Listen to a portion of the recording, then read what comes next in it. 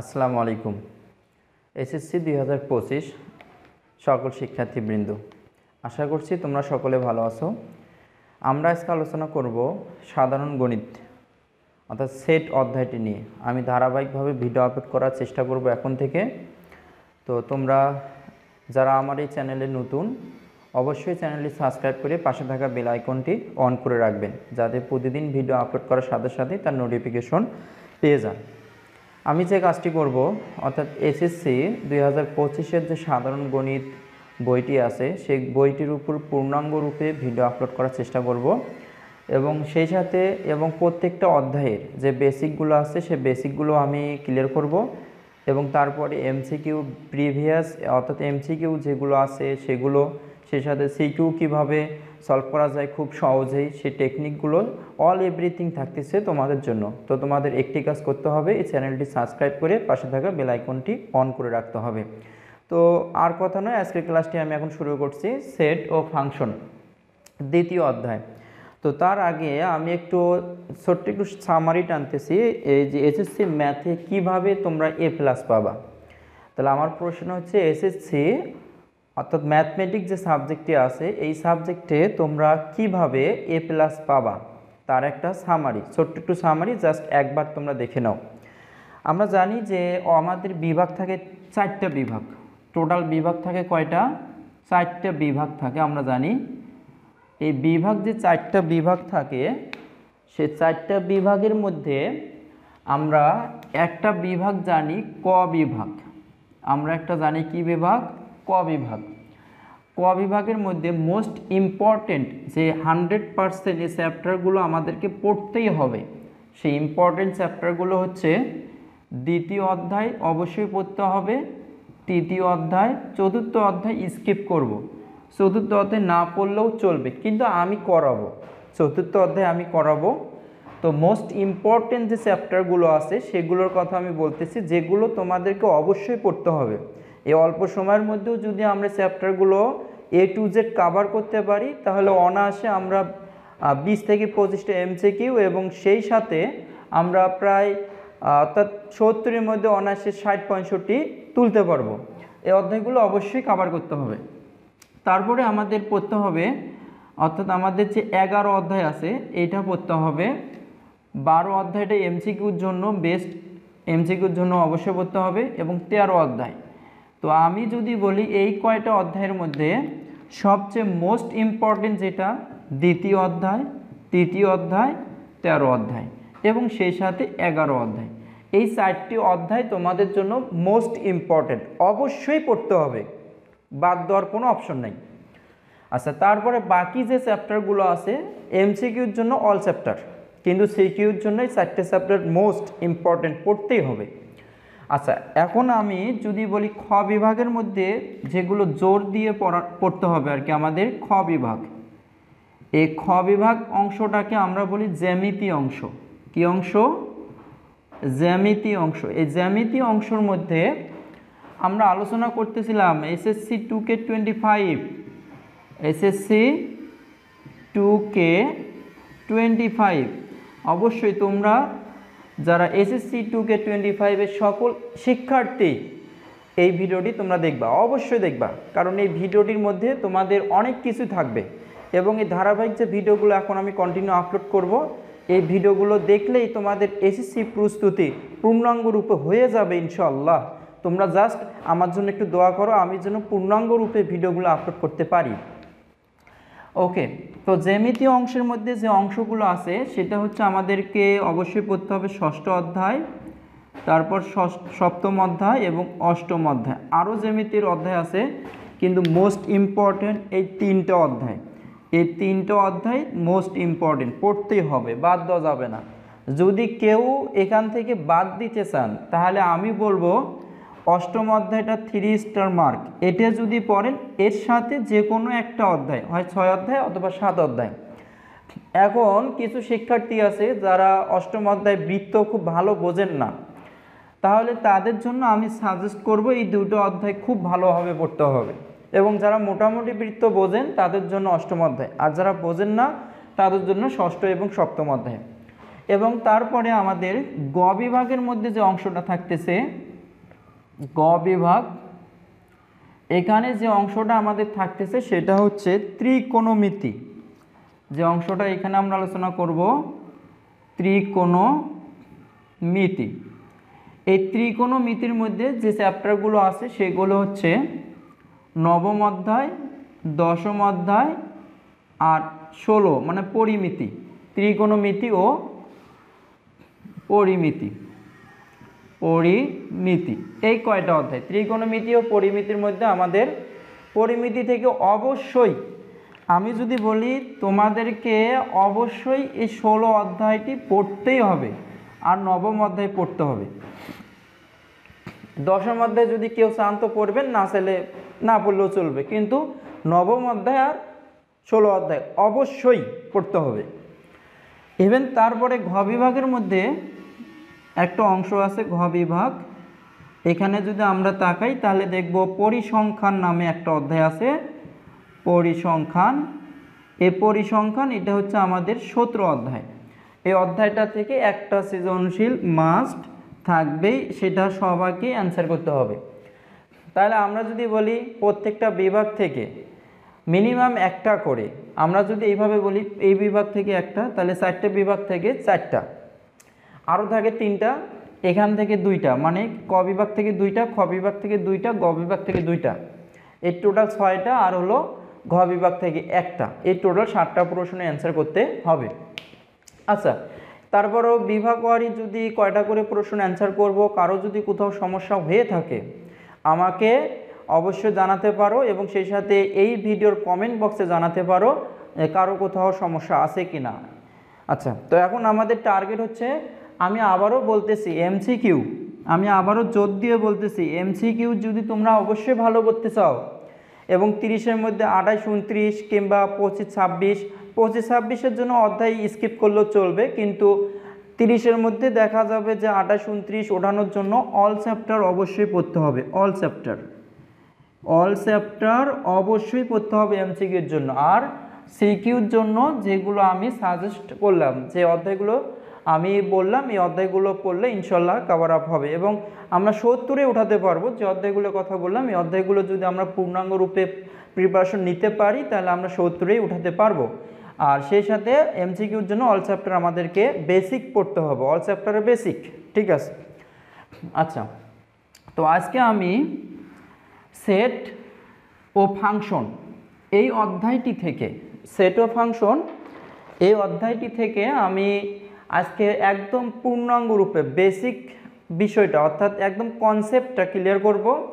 আগামী ক্লাসে বা এর পরবর্তী যে ভিডিওটি আমি আপলোড করব সেটা সেট ও ফাংশন থেকে যে ম্যাথগুলো আছে ম্যাথগুলো করব। এবং তারপরেও তোমরা কমেন্টে জানিয়ে দিতে পারো যে তোমরা কি টাইপের ম্যাথ চাচ্ছ বা কিভাবে চাচ্ছ, অবশ্যই কমেন্ট বক্সে তোমরা জানিয়ে দিতে পারো। তো আমরা যে কাজটা করব, সেট, আমরা দেখো সেটের সংজ্ঞা লিখি। আচ্ছা, সেট কাকে বলে? আমরা জানি বাস্তব বা চিন্তা জগৎ। জগৎ কয়টা বললাম? 2টা, একটা বাস্তব জগৎ, একটা চিন্তা জগৎ। বাস্তব এবং চিন্তা জগতের যে কোনো একটা বস্তুর সমাবেশ বা সংগ্রহ বা সুসংজ্ঞায়িত সমাবেশ এবং সংগ্রহকে আমরা কি বলি? সেট বলি। তো সেটের একটা এক্সাম্পল যদি আমি দেই, তোমার হাতে অর্থাৎ দশম শ্রেণীর যতগুলো বই আছে সবগুলো বই, যেমন দশম শ্রেণীর বই কী কী আছে আমি কিছু বইয়ের নাম লিখতেছি। যেমন বাংলা বই আছে, এটা একটা বই। তোমাদের কি আছে? ইংরেজি বই আছে। তারপর আমি যদি এখানে বলি যে গণিত একটি বই আছে তোমাদের। তারপরে বললাম যারা আর্টসে পড়ো তাদের আছে ইতিহাস। তারপরে যারা সায়েন্সে পড়ো তাদের আছে রসায়ন, পদার্থ, জীববিজ্ঞান ইত্যাদি। এই যে বইগুলো লেখার পর আমি প্রত্যেকটা বই লেখার পরে কমাটা কিন্তু ঘেঁষে দিতে হয়। কোনো একটা উপাদানের সাথে কমা কি করতে হয়? একদম লেগে, মানে ঘেঁষে দিতে হয়। কমাটা দিলাম, তো দেওয়ার পর আমি এই সবগুলোকে আমি একটা বই নামে সেট দিলাম। তো বই নামে এই সেটের ভিতরে বইয়ের যে প্রকারভেদগুলো আছে সবগুলো আমি অন্তর্ভুক্ত করিয়েছি। আশা করি বুঝতে পারছি। তাহলে সবগুলো বই, যত টাইপের যত রকমের বই আছে সবগুলো মিলে আমরা বলতে পারি এটা কি? এটা দশম শ্রেণীর জন্য। তাহলে এখানে লিখব যে দশম শ্রেণীর বই, ঠিক আছে, দশম শ্রেণীর বইয়ের সেট। তাহলে দশম শ্রেণীর বইয়ের সেটকে আমরা এভাবে প্রকাশ করতে পারি। আচ্ছা, তো এই যে সেট, দশম শ্রেণীর বইয়ের সেট, এই সেটগুলোকে ইংরেজি সেটকে প্রকাশ করা হয় ইংরেজি বড় হাতের অক্ষরে, বড় হাতের অক্ষর, অথবা এটাকে আমরা বলতে পারি ক্যাপিটাল লিটার, ক্যাপিটাল লিটার।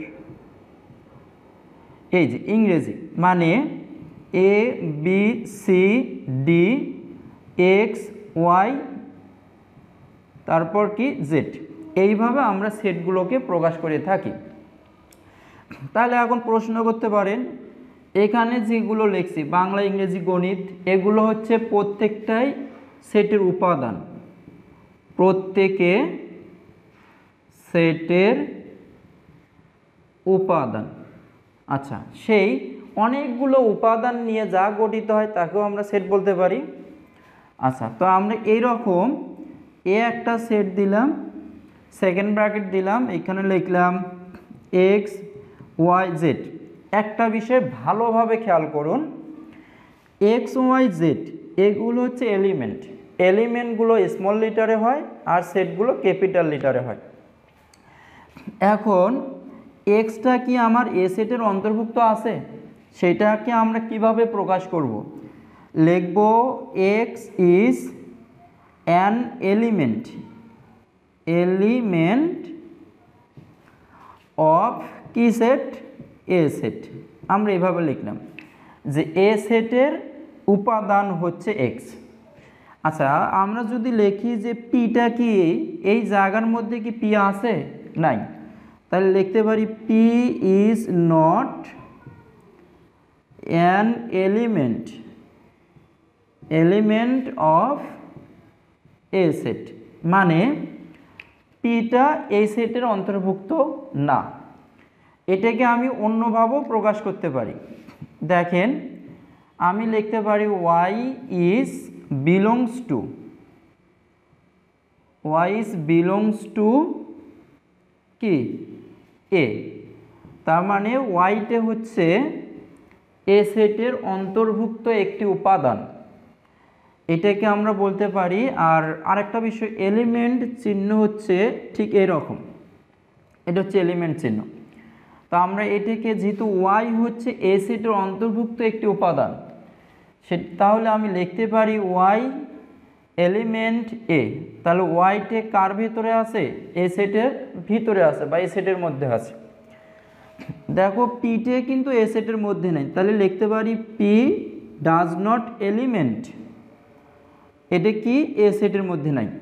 তাহলে যদি কোনো একটা উপাদান যদি আমি বলতেছি কোনো একটি উপাদান যদি কোনো একটা সেটের ভিতরে না থাকে তাহলে ডাজ নট এলিমেন্ট, আর যদি উপাদানটা বিদ্যমান থাকে তাহলে ইজ মানে বিলংস টু এলিমেন্ট অথবা এলিমেন্ট থাকবে।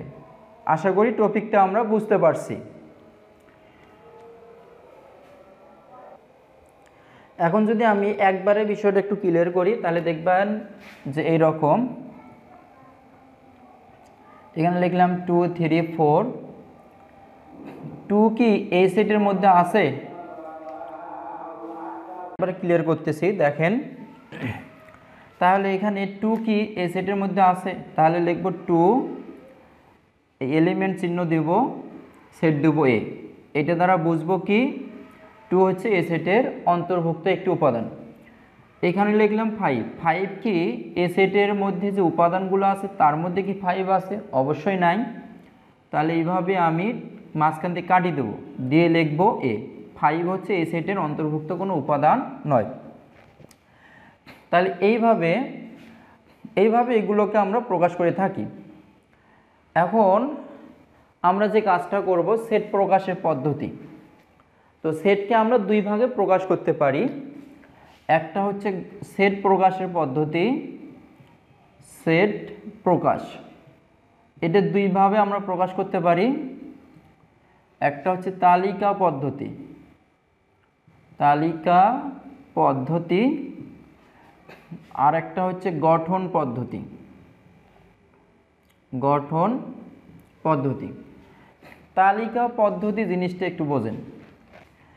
এখানে থাকবে সেটের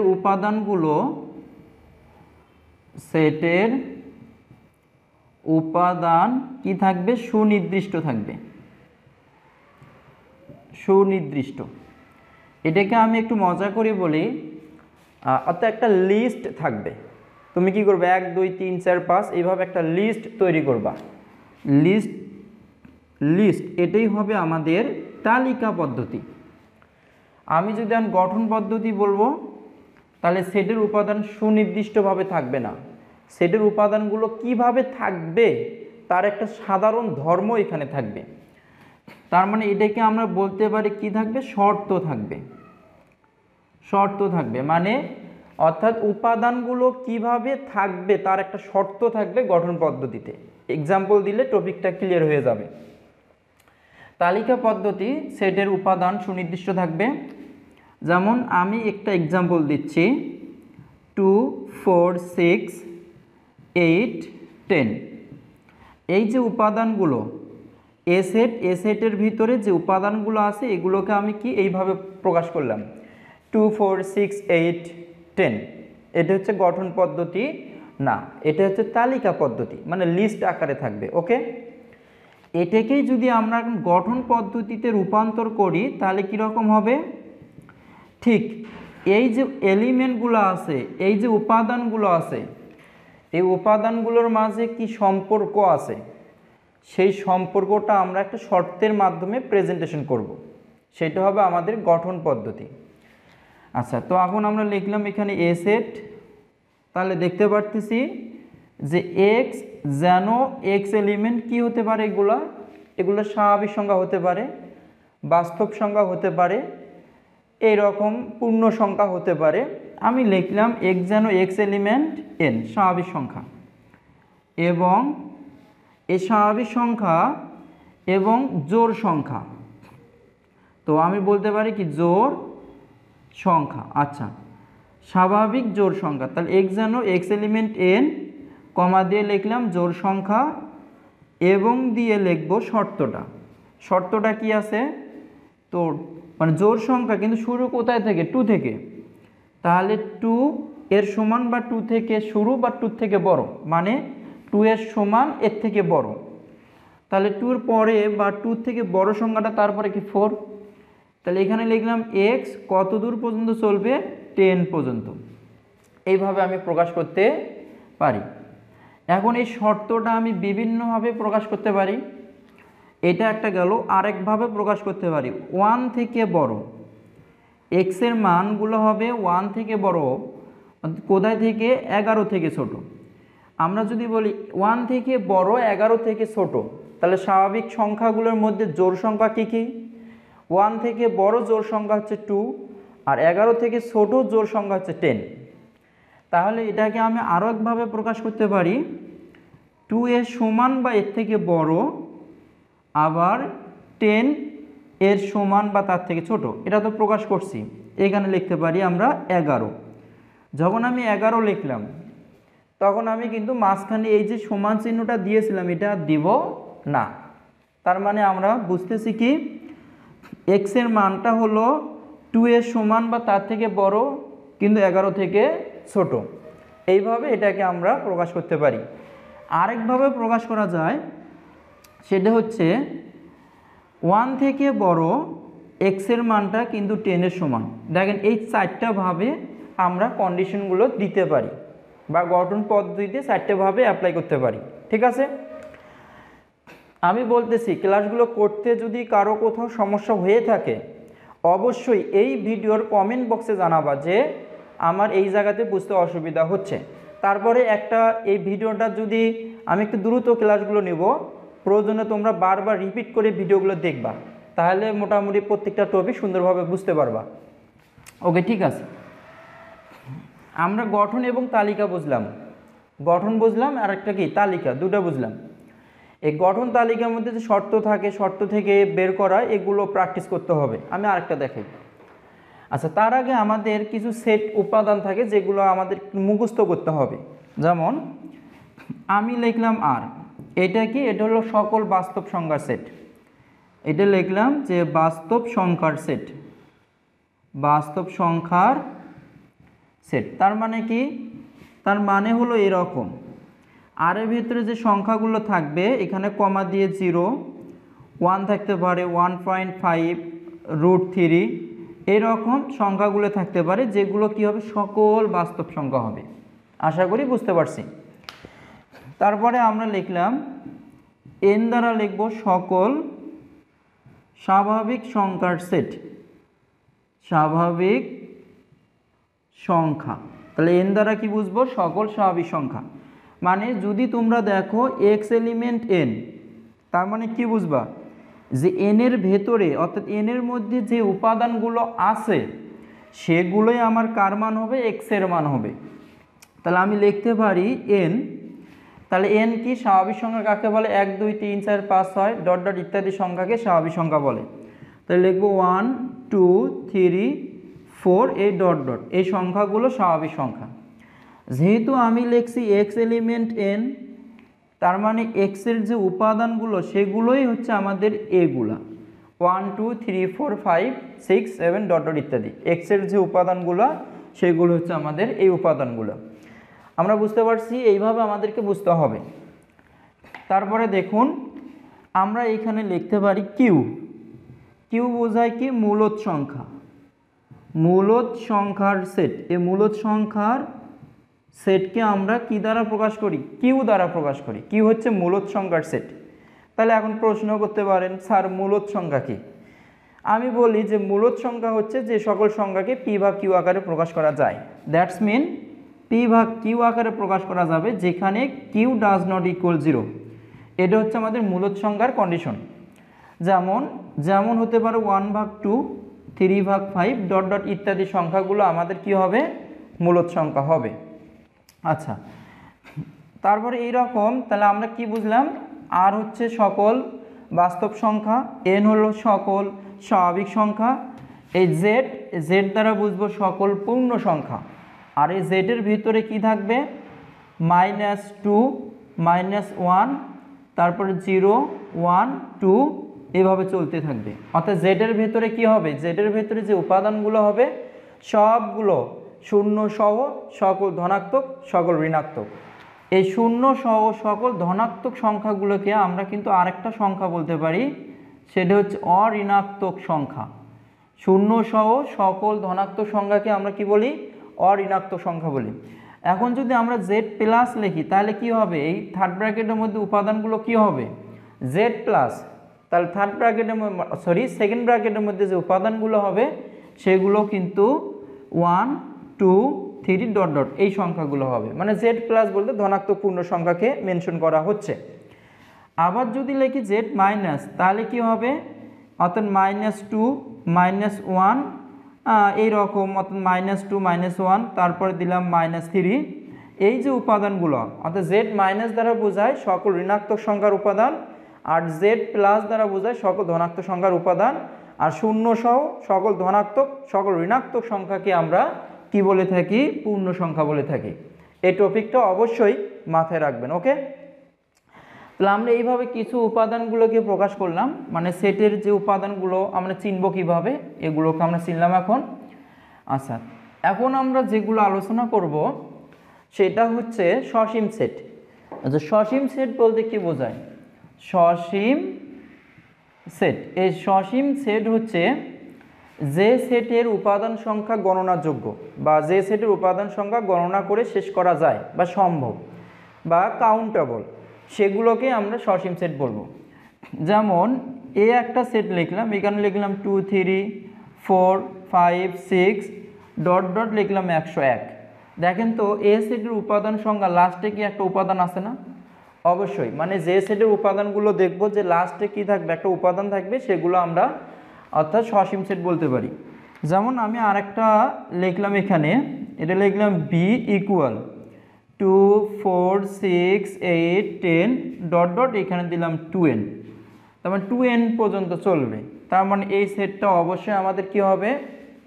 এই সেটটা অবশ্যই আমাদের সসীম সেট হবে। তারপর অসীম সেট কাকে বলে? এখানে দেখো সামনে কি যোগ করব? স্বর অ, তাহলে অসীম সেট, আর থাকবে না কি এইটা, দেখো সুন্দর একটা টেকনিক। তার মানে অসীম যে সেটের উপাদান সংখ্যা কি গণনা করে শেষ করা সম্ভব না, তার নাম অসীম। তাহলে দেখেন যে এই উপাদান সংখ্যা, সামনে 1 দিলাম, 1 2 3, এই উপাদান সংখ্যা কখনোই তুমি গণনা করে শেষ করতে পারবা না, সেই জন্য এটাকে আমরা অসীম সেট বললাম। এবং পরের ডি সেটের যে উপাদানগুলো আছে, এই উপাদানগুলো গণনা করে শেষ করা সম্ভব না, সেই জন্য বি সেটটাও আমাদের কি সেট? অসীম সেট। ওকে, সসীম অসীম সেট বুঝলাম। এখন আমরা ফাঁকা সেট বুঝবো। ফাঁকা সেট কাকে বল? ফাঁকা সেট, তো দেখুন ফাঁকা সেট, আমরা ফাঁকা সেট বলতে বোঝাই যে সেটের কোনো উপাদানে থাকে না। আর ফাঁকা সেটের চিহ্ন আমরা যদি এখানে লিখি, ফাঁকা সেটের চিহ্ন, ফাঁকা সেটের চিহ্ন, এই ফাঁকা সেটের চিহ্ন কি হবে? ফাঁকা সেটের চিহ্ন ফাঁকাই হবে, ঠিক আছে? ফাঁকা সেটের চিহ্ন এই রকম হবে, বুঝছো? তাহলে এখন ফাঁকা সেট কাকে বলে? যে সেটের উপাদান সংখ্যা গণনা করে শেষ করা যায় না। সরি, কি বললাম? ফাঁকা সেট মানে যে সেটের উপাদান সংখ্যা কোনো থাকবেই না। ফাঁকা সেট, যে সেটের কোনো উপাদান থাকবে না তাকে ফাঁকা সেট বলে।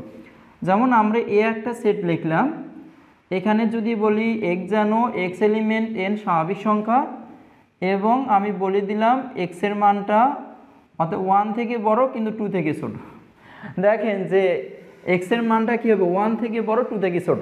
আমরা জানি যে স্বাভাবিক সংখ্যা হচ্ছে 1 2 3, স্বাভাবিক সংখ্যা কিন্তু 1 2 3 4, 1-এর পরে স্বাভাবিক সংখ্যা 2, তারপরে 3, তারপরে 4। 1 এবং 2-এর মাঝে সংখ্যা আছে সত্য, কিন্তু স্বাভাবিক সংখ্যা নাই। বোঝাতে পারছি? 1 এবং 2-এর মাঝে অসংখ্য সংখ্যা আছে, যেমন আমরা যদি বলি 1.2 1.02 1.3 1.03, এরকম অসংখ্য সংখ্যা আছে, কিন্তু 1 এবং 2-এর মধ্যে কোনো স্বাভাবিক সংখ্যা নাই। স্বাভাবিক সংখ্যার রেঞ্জ বা স্বাভাবিক সংখ্যা হচ্ছে এগুলা। তাহলে এগুলোতে 1 এবং 2-এর মধ্যে তো নাই। যদি এখানে 2 না দিয়ে যদি 3 দিত, তাহলে কিন্তু একটা উপাদান থাকতো। যেমন 1 এবং 3-এর মধ্যে একটা 1 এবং 3, খেয়াল করুন 1 এবং 3-এর মধ্যে কিন্তু আমাদের 2 আছে, তার মানে তখন কিন্তু উপাদান থাকতেছে। যেহেতু 1 এবং 3-এর মধ্যে একটা উপাদান থাকতেছে, তখন কিন্তু এটা ফাঁকা সেট হবে না। আর এখানে যদি এখন আমরা 2 দেই, তাহলে 1 এবং 2-এর মধ্যে কোনো উপাদানই নাই, তখন এই সেটের অ্যান্সার কি হবে? এই সেটটির অ্যান্সার হবে এইভাবে, এইটা ফাঁকা সেট মানে কোনো উপাদান নাই, আমরা এখানে কোনো উপাদান পাইনি, ঠিক আছে? তাহলে ফাঁকা সেট আমরা বুঝলাম। এখন আমরা উপসেট বুঝবো। উপসেট কাকে বলে? খেয়াল করুন, উপসেট, আমরা জানি যে কোনো একটা সেট থেকে যতগুলো সেট গঠন করা সম্ভব সবগুলোকে আমরা উপসেট বলবো। আর উপসেটের চিহ্নটা ঠিক কী রকম? আমরা যদি লিখি উপসেটের চিহ্ন, উপসেটের চিহ্নটা ঠিক এই রকম, এটা হলো উপসেটের চিহ্ন। উপসেটের চিহ্ন ঠিক আমি এই রকমও লিখতে পারি, এরকম লিখতে পারি, দুইভাবে যে কোনো একটা লিখতে পারি। আমি যদি এখানে এ লিখি আর এখানে যদি বি লিখি, আচ্ছা বলতে হবে এই জায়গায় যে এটা কি মূল সেট নাকি বিটা মূল সেট। খেয়াল করুন, আমার এই যে এই পাশে যে বড় অংশটা যার দিকে থাকবে সেটাই মূল সেট। আমরা কিন্তু খেয়াল করতেছি যে এখানে এই বড় অংশ খোলা মাথাটা কার দিকে আছে? এর দিকে, তাহলে এটা হবে মূল সেট, এটা হবে মূল সেট বা আসল সেট, মূল সেট। আর দেখেন উপরে যে থাকবে, আমি যদি এইভাবে দেখাই, উপরে যে বান্দা থাকবে বা উপরে যে থাকবে সেটা হবে উপসেট। তাহলে উপরে আছে আমাদের কি বি, তাহলে বিটা হচ্ছে উপসেট। আমরা বুঝতে পারছি এটা হলো মূল সেট আর বিটা কি উপসেট। আমরা কিন্তু এভাবেও লিখতে পারতাম, দেখুন আমরা এভাবেও লিখতে পারতাম। তাহলে এটা এখন কি? এটাই হচ্ছে উপসেট, এখন এটা উপসেট আর বিটা হচ্ছে মূল সেট। তার মানে কনসেপ্টটা আমরা বুঝতে পারছি যে উপরে যে থাকবে, উপরে যে থাকবে সে হবে উপসেট, আর এই বড় অংশটুকু যার দিকে থাকবে সে হবে আমাদের কি সেট? মূল সেট। আমরা কিন্তু বিষয়টা বুঝতে পারছি উপসেট এবং মূল সেট মানে অ্যাকচুয়ালি কি। আর একটা কথা এখানে বলি যে সকল উপসেটেই মানে উপসেট, সকল উপসেট মূল সেটের সমান। যদি এই কনসেপ্ট হয় আমরা কিন্তু লিখতে পারবো A equal B, right, A equal B আমরা লিখতে পারবো, মানে সকল উপসেট এবং মূল সেট সমান। আচ্ছা, তো এখন আমরা একটা এক্সাম্পল দেব, এক্সাম্পলের মাধ্যমে টপিকটা ক্লিয়ার করব। যেমন লিখলাম এ সেট 2 4 6, জাস্ট 2 4 লিখি, 2 4 লিখলাম। তাহলে এখানে লিখব এ সেটের উপসেট সমূহ, এ সেটের উপসেট সমূহ। আচ্ছা, এ সেটের উপসেট সমূহ কী হবে, উপসেট কিভাবে লিখতে হয় একটু দেখুন। প্রথমে সম্পূর্ণ যা আছে, মানে যা আছে তাই লিখব একটা, তারপরে কি করব, তারপরে যা আছে তাই লিখলাম একটা। এখন সর্বোচ্চ থেকে মানে একটা উপাদান কম করে কতগুলো লেখা যায় সেটা লিখব। যেমন এখানে একটা উপাদান কম করে যদি লিখি 2 লেখা যায়, আর 4 লেখা যায়, আর একটা ওরি লেখা যায়। তাহলে এই সেটের উপসেট কয়টা পেলাম আমরা, 1 2 3 4টা পেলাম। সেটা দেখেন আমরা যদি লিখি 2n, এখানে n হচ্ছে উপাদান সংখ্যা, এ সেটের উপাদান কয়টা আছে, 2টা। তাহলে n এর মান কত, 2, তাহলে n এর মান 2 দিলাম, তাহলে 2 উপর 2 পাওয়ার দিলাম, কত পেলাম 4। এই 2 উপর 2 পাওয়ার দিলাম, কত পেলাম 4। তার মানে এ সেটের উপাদান সংখ্যা মানে এ সেটের উপসেট সমূহ, উপসেটগুলো পেলাম 1টা 2টা 3টা 4টা, এই 4টা। তার মানে এ সেটের যে উপাদান দেওয়া আছে সেই উপাদান বিশিষ্ট ওই সেটের বা এ সেটের উপসেটের উপাদান কয়টা, তাহলে উপসেটের উপাদান হচ্ছে 4টি। আচ্ছা, আমরা আরেকটা দেখব। এ সেট লিখলাম, এখানে 2 দিলাম 3 দিলাম 4, এ সেট কি দিলাম 2 3 4, এ 2 3 4 উপাদান এখানে কয়টি, এখানে কিন্তু উপাদান হলো 3টি। এই যে 3 উপাদান বিশিষ্ট এ সেট, এই সেটের এখন যদি আমি বলি উপসেট কতটি হবে, মানে উপসেটের উপাদান সংখ্যা কতটি অথবা উপসেট কতটি, তাহলে এখন লিখব যে এ সেটের উপসেট কতটি, 2 উপর n এর মান কত 3, তাহলে 2 উপর 3 পাওয়ার দেবো, 2 উপর 3 পাওয়ার মানে কত 8। তাহলে এখন খুব সহজে বলতে পারলাম যে এ সেটের উপসেট হচ্ছে 8টি। আচ্ছা, তো এখন আমরা কি করব, সেই উপসেটগুলো 3 উপাদান বিশিষ্ট উপসেট কেমনে বের করা লাগে বা কেমনে বের করতে হয় সেটা এখন আমরা শিখব। তাহলে এখানে লিখলাম এ 2 3 4, তাহলে এ সেটের উপাদান কত 2 3 4, মানে উপাদান 3টা আছে। এই 3 উপাদান বিশিষ্ট এখানে উপসেট কয়টা হবে 8টা। এই 8টি উপাদান এখন কিভাবে লিখতে হয় সেই টেকনিকটা দেখুন। আচ্ছা, প্রথমে আমরা কি লিখব, এ সেটের উপসেট সমূহ, কি লিখলাম, এ সেটের উপসেট সমূহ। প্রথমে যা আছে তাই লিখবো একবার, 2 3 4 যা আছে তাই লিখলাম। তারপরে কি করব, একটা করে উপাদান কম করে যতগুলো লেখা যায়। যেমন আমি লিখলাম 2 3, 2কে 2 3 লিখলাম, একটা উপাদান মানে আছে 3টা উপাদান, ওখান থেকে একটা উপাদান কমাবো, একটা করে কমাবো, একবার 2 কমাবো, একবার 3 কমাবো, একবার 4 কমাবো, কমে যতগুলো উপাদান লেখা যায় সব লিখবো। যেমন আমি এই প্রথমে 4 কমাইলাম, ধরলাম 4 9, কমাইলাম 4, একটা উপাদান বাদ দিলাম, তাহলে এখন থাকতেছে 2 3 একটা উপাদান। এখন যদি আমি 3 একবার বাদ দেই তাহলে কত থাকবে 2 4 একটি উপাদান। এখন যদি আমি 2কেই বাদ দেই তাহলে কি থাকবে 3 4 একটি উপাদান। আমি কি বোঝাতে পারছি? তাহলে উপাদান যতগুলো থাকবে সবগুলো মিলে একটা উপাদান, তারপর ওখান থেকে প্রত্যেকটা উপাদান একটা করে কমে যতগুলো হবে সবগুলো লিখব। তারপর এখন কি করব, একটি করে উপাদান লিখব, 2 একটি উপাদান, 3 একটি উপাদান, আর 4 একটি উপাদান, তার ফাইনালি ওরই একটি উপাদান। তো এইভাবে এ সেটের উপাদান সংখ্যাগুলো লিখলাম। তো দেখুন, চেক করে দেখুন এখানে কতটি উপাদান পাইলাম, 1 2 3 4 5 6 7 8, টোটাল আমরা 8টি উপাদান পাইলাম। তাহলে কি বললাম, এ সেটের উপাদান আছে কয়টা, 3টা। তাহলে 3 উপাদান বিশিষ্ট উপসেটের উপাদান সংখ্যা অথবা উপসেট কতটি, উপসেট পেলাম 8টি।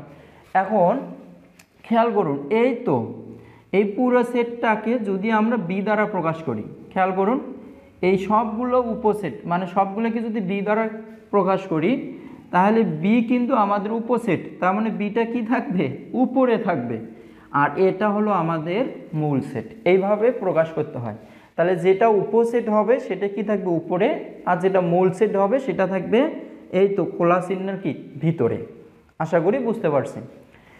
আচ্ছা, তো এখন আমরা কি করব, এখান থেকে আমরা আরেকটা টপিক শিখব, সেইটা হচ্ছে প্রকৃত উপসেট।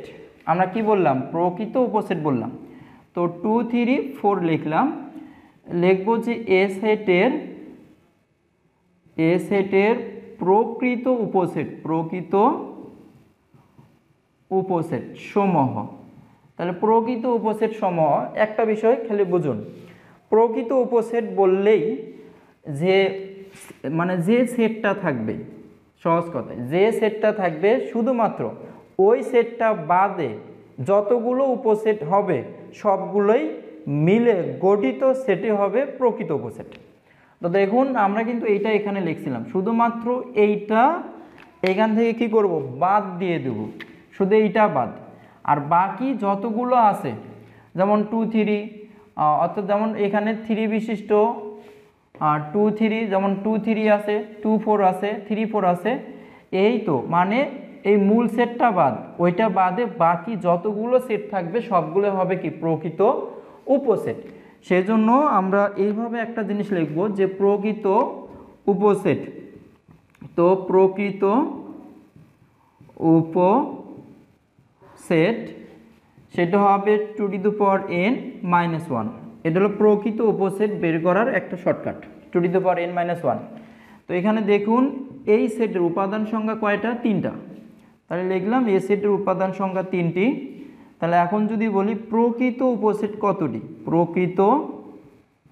প্রকৃত উপসেট হবে তাহলে 2^3-1। তাহলে 2 উপর 3 পদ দিলে কত পাবো, 8 - 1 = কত, 7। তাহলে এ সেটের প্রকৃত উপসেট হবে 8 - 1 = কত, 7। তো খেয়াল করুন যে এইটা বাদে দেখেন 7টা উপসেট আছে কি নাই, 1 2 3 4 5 6 7, 7টা আছে। তার মানে এইটা হবে আমাদের কি অ্যান্সার। এখন আমরা এইটাতে অ্যান্সার পাইলাম, সেটাকেই আমরা যদি এই উপসেটকে আমরা ধরলাম সি দ্বারা প্রকাশ করলাম, তাহলে সি দ্বারা প্রকাশ করলে এখন কি হবে, সি হচ্ছে আমাদের এ সেটের একটা প্রকৃত উপসেট, কিন্তু এখানে এই আরো সমান চিহ্নটা, এই চিহ্নটা থাকবে না। তাহলে সি সেট থাকবে উপরেই থাকবে, উপসেট যেটা ওটা উপরেই থাকবে, কিন্তু এই তো সমান চিহ্নটা দিয়েছিলাম ওটা থাকবে না, এটা হবে না। শুধু সমান চিহ্নটা বাদ দিলেই তখন উপরে যে সেটটা থাকবে ওটা হচ্ছে প্রকৃত উপসেট। আমরা যদি এখানে সমান চিহ্নটা বাদ দেই, দিলে উপরে যেটা থাকবে সেটা হবে প্রকৃত উপসেট, আর এটা হলো আমাদের মূল সেট। এইভাবে আমরা প্রকৃত উপসেট এবং উপসেটের কনসেপ্ট ক্লিয়ার করলাম। এখন আমরা যেটা পড়ব সেটা হচ্ছে সেটের সমতা। সেটের সমতা বলতে কি বোঝায়, খেয়াল করুন আমরা এখানে একটা সেট লিখলাম এ, লিখলাম 3 4 even 5। তো এখানে সেটের সমতা হলো এই সেট থেকে আমি যতগুলো সেট গঠন করব, এই সেট থেকে আমি যতগুলো সেট গঠন করব, এই সবগুলো সেট বা সবগুলো সেটের মধ্যেই এই উপাদানগুলো থাকা লাগবে। মানে 3 4 5 নতুন করে কোনো উপাদান আনা যাবে না, কিন্তু এই উপাদানের কম হলেও চলবে, বা এই যে 3 4 5 ক্রম বদলালেও হবে, এই 3 4 5 রিপিট করে লিখলেও হবে। যেমন আমরা যদি এখানে রিপিট করে লিখি, যেমন এটা লিখলাম বি, এখানে 3কে রিপিট করে লিখলাম, 4 একবার লিখলাম, 5 একবার লিখলাম, তাহলে 3কে রিপিট করে লিখলাম, তাহলে এ এবং বি এই দুটো সমান সেট। আবার যদি সি লিখলাম, 3 4কে আমি রিপিট করে লিখলাম, তাহলে দেখেন এ বি সি তিনটাই কিন্তু আমাদের এখানে সমান সেট। আবার ক্রম বদলে আমি একটা সেট লিখব, এখানে লিখলাম 5 5 লিখলাম দুইবার, এবার 3 লিখলাম মাঝখানে, 4 লিখলাম, দেখেন ক্রম বদলে লিখছি। তাহলে এ বি সি ডি তিনটা সেটেই হচ্ছে বা চারটে সেটে আমাদের কি সেট? সমান সেট। এটাকে বলা হয় সেটের সমতা। তার মানে A equal B equal C equal D, এটাকে আমরা বলবো কি? সেটের সমতা।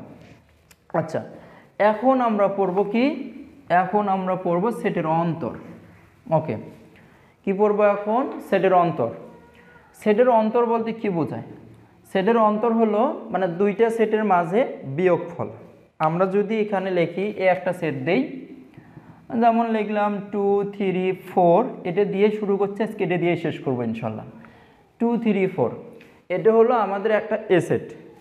ইভেন বি আর একটা সেট লিখলাম 3 4, এবার লিখলাম 5। ঠিক আছে, তা আমি কি বললাম? সেটের অন্তর। অন্তর বলতে কি বোঝায়? একটা সেট থেকে আরেকটা সেট বিয়োগ। এখানে লিখলাম এ বাদ বি বা এ বিয়োগ বি, তাহলে কি লিখবো? 2 3 4 এই সেটটা লিখলাম, বিয়োগ চিহ্ন দিয়ে 3 4 5 লিখলাম।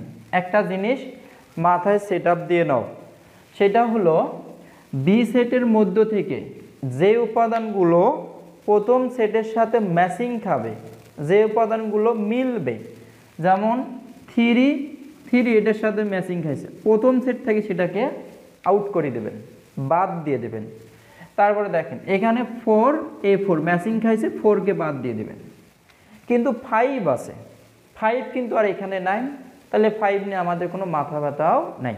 শুধুমাত্র বি সেটের মানে যাকে বাদ দিব সেই সেটের উপাদান, আবারও বলতেছি, যাকে বাদ দিব সেই সেটের উপাদানগুলো সাথে প্রথম সেটের মধ্যে যে উপাদানগুলো মিলবে, ম্যাচিং খাবে, শুধু সেই উপাদানগুলো আমরা আউট করে দেব। দিলে প্রথমের মধ্যে যে উপাদানগুলো পাবো সেটাই হবে আমাদের কাঙ্ক্ষিত বাস সেটের অ্যান্সার। আমরা এ বাদ বি এটাও লিখতে পারি বা এ বিয়োগ বি এটাও লিখতে পারি। তাহলে বাস সেট আমাদের আশা করা যায় বাস সেট কনসেপ্ট ক্লিয়ার। এখন আমরা পড়ব সার্বিক সেট। সার্বিক সেট কাকে বলে? আমরা জানি যে একটা ফ্যামিলির, খেয়াল করো, একটা ফ্যামিলির তার মূল যে কর্তা আমাদের পিতা, পিতা কিন্তু আমাদের কি করে? একটা পরিবারকে মেইনটেইন করেন, মানে মূল দাতা উনি। তাহলে আমরা প্রত্যেকেই, আমার ভাই বোন, আমরা যারা আছি সদস্য, অন্যান্য সদস্যরা এক একটা করি আমরা কি সেট হিসেবে যদি বিবেচনা করি, তাহলে আমাদের আমরা যতগুলো সেট, আমরা যতগুলো ভাই বোন আছি, অন্যান্য সদস্য আছি, সবগুলো হচ্ছে আমরা এক একটা করি সেট। এই সকল সেট কার উপরে, কার উপর নির্ভরশীল? পিতার উপর, বা পরিবারের যে মূল কর্তা তার উপর নির্ভরশীল। তাহলে পরিবারের যে মূল কর্তা তাকে আমরা কি বলবো? সার্বিক। তাকে আমরা বলবো সার্বিক। তাহলে আলোচনাধীন সকল সেট যদি একটা নির্দিষ্ট সেটের অন্তর্ভুক্ত হয়, তাহলে ওই নির্দিষ্ট সেটকে আমরা কি বলবো? সার্বিক সেট বলবো। যেমন খেয়াল করুন, আমরা এইভাবে একটা বক্স বানাইলাম। আচ্ছা, এখানে একটা সেট দিলাম, এখানে একটা সেট দিলাম, এখানে একটা সেট দিলাম। এটা হলো সেট এ, এটা বি আর এটা সি। এই তিনটা সেট এখানে লিখলাম 3 4 5 6 7 8 9 ইভেন লিখলাম 10। এই এই যে উপাদানগুলো, এই উপাদানগুলো একটা নির্দিষ্ট সেটের অন্তর্ভুক্ত, রাইট? সেই সেট এইটাকে যদি আমরা সেট ইউ দ্বারা প্রকাশ করি, তাহলে ইউটা হচ্ছে আমাদের এখানে ইউনিভার্সাল সেট অথবা সার্বিক সেট। আশা করি বিষয়টা বুঝতে পারছি। তাহলে সেট সংক্রান্ত আলোচনায় যতগুলো সেট থাকবে, সকল সেট যদি একটা নির্দিষ্ট সেটের অন্তর্ভুক্ত হয়, যেমন এ ইউ সেটের অন্তর্ভুক্ত, এই যে এ বি সি সকল সেট একটা ইউ সেটের অন্তর্ভুক্ত, তাহলে এখন আমরা কি বলবো? তাহলে ইউকে আমরা সার্বিক সেট বলবো। ইউ একটা নির্দিষ্ট সেট, ওই নির্দিষ্ট সেটের অন্তর্ভুক্ত হয়েছে এ বি সি সকল সেট, সেই জন্য আমরা ইউকে কিউ সেট বলবো, সার্বিক সেট বলবো। আচ্ছা, তারপরে সার্বিক সেটের পরে পূরক সেট আছে। আচ্ছা দেখুন, এখান থেকে আমরা আলোচনা করব। তাহলে ইউ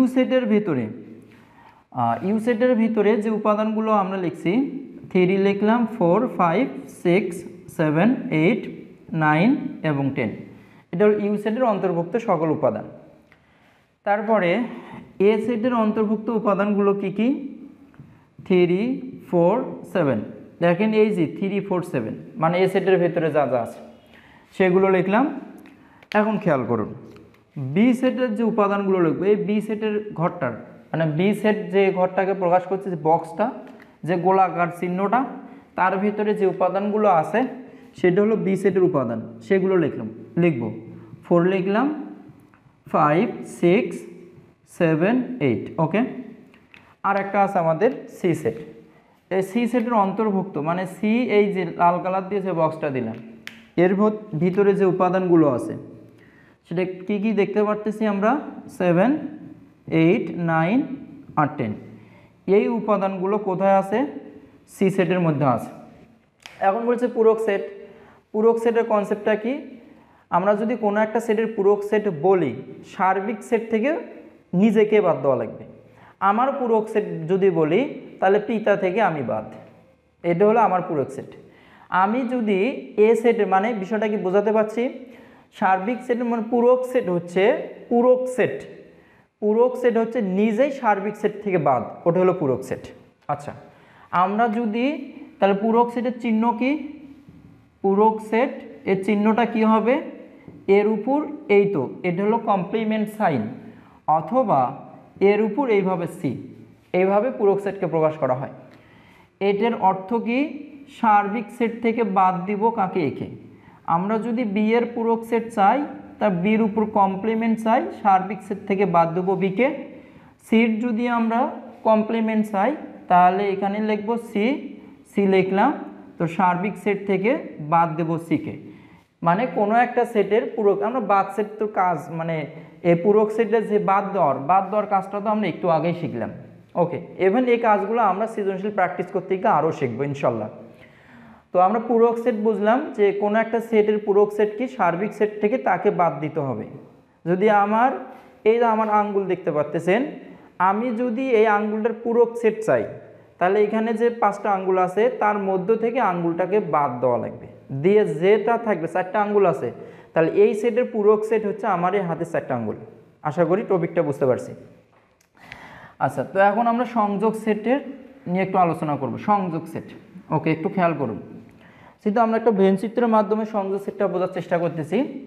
তো এখানে দেখেন এ সেটের ভিতরে অন্তর্ভুক্ত উপাদান 3 4 7, 3 4 7। আর এখানে আমরা দেখতে পারতেছি বি সেটের ভিতরে অন্তর্ভুক্ত উপাদান 4 5 6 7 আর 8। ওকে, সংযোগ সেট আমরা কি শিখবো এখন, আমরা শিখব সংযোগ সেট। এই সংযোগ সেট জিনিসটা কি, সংযোগ সেট হচ্ছে দুইটা সেটের মধ্যে যতগুলো উপাদান থাকবে সকল উপাদান নিয়ে গঠিত সেটে হচ্ছে আমাদের সংযোগ সেট। আশা করি বুঝছে। আর সংযোগ সেটের চিহ্ন হচ্ছে আমাদের ইউনিয়ন, এই যে এই চিহ্নটা আমাদের সংযোগ সেটের চিহ্ন। এ যদি একটা সেট হয় আর বি যদি একটা সেট হয়, তার মধ্যে সকল উপাদান, মানে এখানে কি হবে, এ সেটের যে উপাদানগুলো মিলবে বি সেটের সাথে, মিল অমিল সকল উপাদান নিয়েই গঠিত সেট হলো সংযোগ সেট। আমরা মিল ও অমিল সকল উপাদান নিয়ে গঠিত সেট, গঠিত সেট সেটা হচ্ছে সংযোগ সেট। এখানে আমি আরেকটা জিনিস ক্লিয়ার করি, আরেকটা আছে ছেদ সেট, ছেদ সেট। এটা কি, এটা হচ্ছে এই তো এই রকম, তার মানে দুইটা সেটের মধ্যে যে উপাদানগুলোর মিল পাওয়া যাবে, এখানে লিখব দুইটি সেটের কমন উপাদান, অথবা কমন উপাদান যদি না বোঝো তাহলে কি মিল উপাদান, মিল উপাদান। এটাও যদি না বোঝো তাহলে লিখতে হবে একই উপাদান, একই উপাদান, মানে দুইটা সেটের মধ্যে যে উপাদানগুলো একই থাকবে। এই টপিকটা আমরা আরেকটু ক্লিয়ার করি। দেখুন এই জায়গাটার মধ্যে এ ইউনিয়ন বি, খেয়াল করুন, এটা ভালোভাবে বুঝতে হবে, নাহলে কিন্তু সৃজনশীলে গিয়ে ভালো বুঝতে পারবে না, এখানে ভালো বুঝতে হবে। তাহলে এ সেটের মধ্যে যে উপাদানগুলো আছে সেটা লিখব। কি কি উপাদান দেওয়া আছে এ সেটের মধ্যে, 3, 4, 7, এটা হলো এ সেটের উপাদান। তাহলে ইউনিয়ন চিহ্ন দিলাম, তো দিলাম বি সেটের মধ্যে কী কী উপাদান আছে সেগুলো লিখব। 4 5 6 7 8 এগুলো লিখলাম। আমি কি বললাম, যেগুলো মিল পাওয়া যাবে সেগুলোও হবে, যেগুলো অমিল থাকবে সেগুলোও হবে। মিল অমিল সকল উপাদান নিয়ে গঠিত সেট হলো আমাদের এ ইউনিয়ন বি। তো সেই জায়গাতে খেয়াল করুন, আমাদের এই তো 4 উপাদান মিল উপাদান, তারপর এখানে 7 উপাদান, এই তো 7 উপাদান, এই দুটো উপাদান কি মিল, তাহলে মিল উপাদানগুলো তো লিখবই, আর যেগুলো মেলে নাই, যেগুলোর কোনো মিল নাই সেগুলোও লিখব।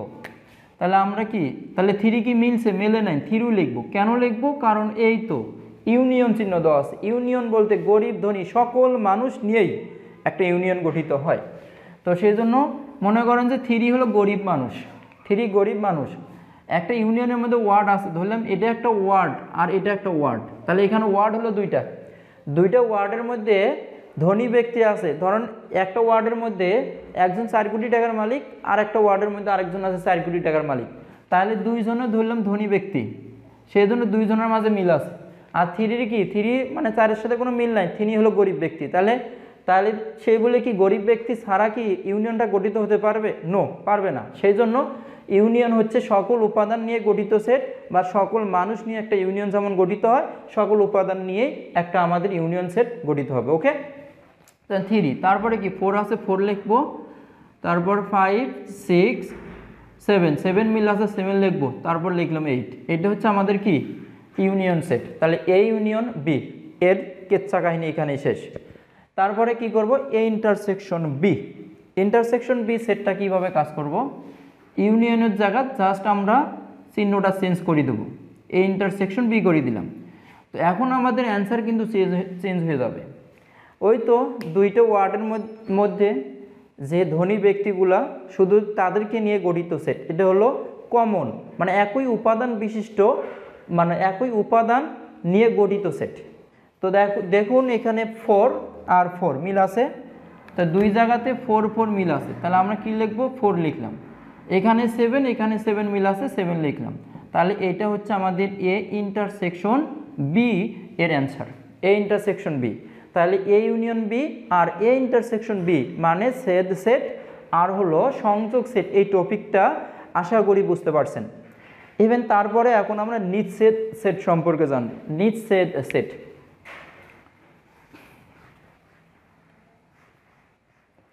আচ্ছা খেয়াল করুন, নিচ্ছেদ, নি বলতে নাই, সেটের কোনো উপাদান নাই, মানে দুইটা সেটের মধ্যে কোনো কমন উপাদান থাকবে না, কোনো সাধারণ উপাদান থাকবে না, এমন সেটটাই হলো আমাদের নিচ্ছেদ সেট। খেয়াল করুন, আমরা একটা এ সেট লিখলাম 2 3 4, এটা একটা সেট লিখলাম, আর বি সেট একটা লিখলাম, এখানে লিখলাম 5 even 6। এ সেট লিখলাম 2 3 4, বি সেট লিখলাম 5 6। তো এখন কি করব, এই দুটোর মাঝে অবশ্যই আমাকে ইন্টারসেকশন করতে হবে।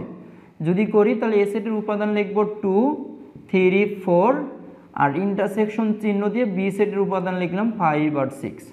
এ সেট এবং বি সেট দুটো উপাদান লিখলাম। তো দেখুন এই দুইটা উপাদানের মধ্যে কোনো কমন উপাদান পাওয়া যায় কিনা। দেখুন যে 2 এখানে আছে কিন্তু এখানে নাই, 3 এখানে আছে এখানে নাই, 4 এখানে আছে এখানে নাই, তো দুইটার মাঝে কোনো কমন উপাদান নাই, দ্যাটস মিন ওরি। এটাই আমাদের নিচ্ছেদ সেট। নিচ্ছেদ সেট হচ্ছে দুইটা সেটের মাঝে কি করতে হবে, ইন্টারজেকশন, সেটের কাজ ঘটানো লাগবে। কিন্তু সেট করলাম, করার পরে যদি কোনো মানে এরকম যদি উপাদান পাওয়া যায় তাহলে হবে কি সেট, মানে সেট। আর উপাদান যদি না পাওয়া যায় সেই ক্ষেত্রে শুধু এই জন্যই হবে আমাদের নিচ্ছেদ সেট। ওকে, তাহলে আমরা বলতে পারি নিচ্ছেদ সেট কিন্তু একটা সেটের অন্তর্ভুক্ত। ওকে, তারপরে এখন শক্তি সেট, ক্রমচর, কার্তিসীয় গুণজ, তিনটা টপিক আছে। দেখুন শক্তি সেট, কি সেট, শক্তি সেট, অনেক শক্তি তাই না, এই সেটের কি অনেক শক্তি, এই সেটের শক্তিটা এত শক্তি যা আমরা গণনা করে শেষ করতে পারবো না। দেখুন তো শক্তি সেটের কাজকে বোঝার জন্য আমাদের উপসেট, যেটা আমি বোঝাচ্ছি এই ভিডিওর মধ্যে, উপসেটের কনসেপ্টটা একদম ক্লিয়ার করে দিয়েছি। উপসেট, তো শক্তি সেট বোঝানোর জন্য উপসেট বুঝতে হবে। উপসেট যখন করব তখন কি করতে হবে, একটা সেকেন্ড ব্র্যাকেট দিয়ে শক্তি সেটের অন্তর্ভুক্ত করতে হবে। দেখুন একটা এ সেট লিখলাম, এখানে 2 3 লিখলাম, তাহলে কি হবে এ সেটের শক্তি সেট, কি লিখলাম শক্তি সেট, তাহলে পি অফ এ, তাহলে এ সেটের পাওয়ার সেট, পাওয়ার মানে শক্তি, বোঝা গেছে। তাহলে এগুলো আমরা কি লিখবো এখন, উপাদানগুলো লিখলাম, এই তো 2 3 মিলে একটা উপাদান, তারপরে 2 একটা উপাদান আর 3 একটা উপাদান, তারপরে ফাইনালি ওরই একটা উপাদান, আবার দুইটার মাঝে এইভাবে একটা সেকেন্ড ব্র্যাকেট দেব, দিয়ে আমরা শক্তি সেটকে প্রকাশ করব, ঠিক আছে। ইভেন তারপরে ক্রম জোড়, এই ক্রম জোড়ের কনসেপ্টটা কীরকম আমরা যদি একটু দেখি, ক্রম জোড়ের কনসেপ্টটা কীরকম, ক্রম জোড়, আচ্ছা ক্রম জোড়, এই ক্রম জোড় থেকে আমরা সমান চিহ্ন থেকে ইকুয়েশন সলভ করতে পারি। দেখুন x+1 একটা উপাদান, 3 একটা উপাদান, তারপরে মাঝখানে সমান চিহ্ন দিলাম, দিয়ে এখানে লিখলাম হচ্ছে ধরুন এখানে লিখলাম হচ্ছে 4 আর এখানে লিখলাম y, এত হলে প্রশ্ন করলাম x ও y সমান কত। তো এই তো এখান থেকে আমাকে ক্রম জোড়ের কনসেপ্টটা উঠে আসে। এই যে এই মাঝখানে যদি সমান চিহ্ন থাকে তাহলে প্রথম উপাদান মিল, মানে একই উপাদান, ঠিক আছে, সমান, তাহলে কি লিখবো x+1 প্রথম উপাদান আর এই ক্রম জোড়ের বা এই জোড়ের প্রথম উপাদান 4, ঠিক আছে। তাহলে আমরা কি লিখলাম যে x = 4 - 1, তাহলে x = কি লিখবো, x = হলো 3, ঠিক আছে, x এর মান পেলাম, এই তো দুটো মিলে একটা জোড় হয়েছে না, এটাকে বলা হয় ক্রম জোড়। আবার দেখুন আর এই দ্বিতীয় উপাদানের সাথে ম্যাচিং, তারপরে কত 3, ঠিক আছে, মানে একই উপাদান, দ্বিতীয়র সাথে দ্বিতীয় যাবে, প্রথমটার সাথে প্রথমটা যাবে, ঠিক আছে। তাহলে y এর মান কত পেলাম 3, তাহলে x এবং y এর মান কত পেলাম আমরা, x এর মান পেলাম হচ্ছে 3 আর y এর মান কত 3। আচ্ছা এটা হচ্ছে আমাদের ক্রম জোড়ের কনসেপ্ট। আর একটা ক্রম জোড়ের কনসেপ্ট আছে, আমরা কার্টেসীয় গুণনের মধ্যে ক্রম জোড়ের কনসেপ্টটা আরেকটু ক্লিয়ার করতেছি। দেখুন আমরা এখন কার্টেসীয় গুণজ টপিকটা শিখব, কার্টেসীয় গুণজ। আচ্ছা তো এখন আমরা লিখলাম এ সেটের একটা উপাদান, একটু বড় করে লিখি, এ সেটের একটা উপাদান 2 3, ওকে, একটা লিখলাম বি সেট, এটা লিখলাম জাস্ট 3। তো আমরা কি করলাম এ গুণন, এটা গুণন এ ক্রস বি, তাহলে কি লিখবো এ সেটের উপাদান 2 3 ক্রস চিহ্ন দেব, দিয়ে বি সেটের উপাদান লিখব। এখন দেখুন এই 2 দিয়ে 3 কে গুণন করলাম, 2 3, এটা কমা দিয়ে গুণন করার সিস্টেম, ঠিক আছে, 2 3, তারপর আবার কি করব 3 দিয়ে এটাকে গুণন করব, তাহলে 3 3, এই তো এগুলোকে এক একটা করে ক্রম জোড় বলা হয়, ঠিক আছে। আবার এদের মাঝে একটা সেকেন্ড ব্র্যাকেট দেব। আমরা কার্টেসীয় গুণজ টপিকটাও শিখলাম, এইভাবে গুণন করব। এখন যদি গুণন করি বি ক্রস এ, তাহলে কি হবে, বির উপাদান যে 3 আছে এখানে লিখব, আর এর উপাদান কি আছে 2 3 এখানে লিখব। তাহলে 3 দিয়ে এটাকে গুণন করো, 3 2, তারপরে 3 3, এইভাবে আমরা এটাকে গুণন করলাম। এই প্রত্যেকটা এক একটা করে ক্রম জোড়, ঠিক আছে। তো ক্রম জোড়ের আমরা পরবর্তী টপিকগুলো পরবর্তী ক্লাসে আলোচনা করব। এই ক্লাসটি কেমন লাগলো অবশ্যই কমেন্ট বক্সে জানাবেন, আর পরবর্তী ক্লাস আপলোড দেওয়ার সাথে সাথে যেন আপনারা দেখতে পারেন সেই জন্য এই চ্যানেলটি সাবস্ক্রাইব করে পাশে থাকা বেল আইকনটি অন করে রাখুন। পরবর্তী ভিডিও দেখার আমন্ত্রণ জানিয়ে আমি এখানে শেষ করছি। আসসালামু আলাইকুম।